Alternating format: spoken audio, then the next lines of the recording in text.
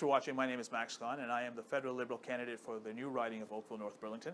Now, over the next few weeks, I'll be speaking to you about different issues, different topics that matter to us Canadians. Today I want to speak to you about the politics of fear-mongering. Historically, leaders have led by vision or by fear. Leaders that had inspiration, they used vision to empower their people.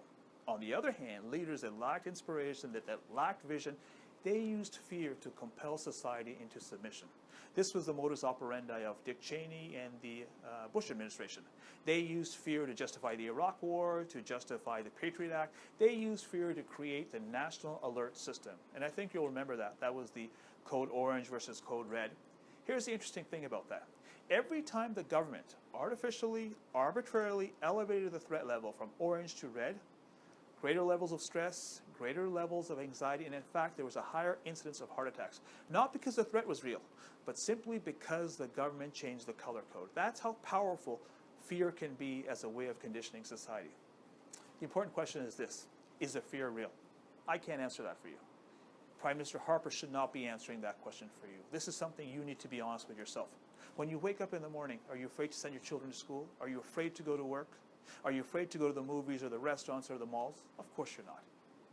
But Prime Minister Harper needs to fabricate and inject that fear into our collective psyche in order to pursue his political mandate. Let's assume for a second, let's assume for the moment that the threat is real, that the fear is real. Let's assume that Canada is under attack as Prime Minister Harper would have you believe.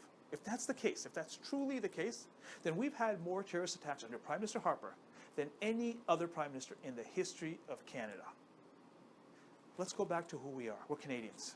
We're not governed by fear. We thrive on passion and an inspiration to elevate us to new heights. The greatness of this nation was built on hope and hard work. We're Canadians. We're not shackled by the politics of doom and gloom. Let's go back to those values that made Canada so great. Let's go back to those values that make Canadians so proud. We are Canadians.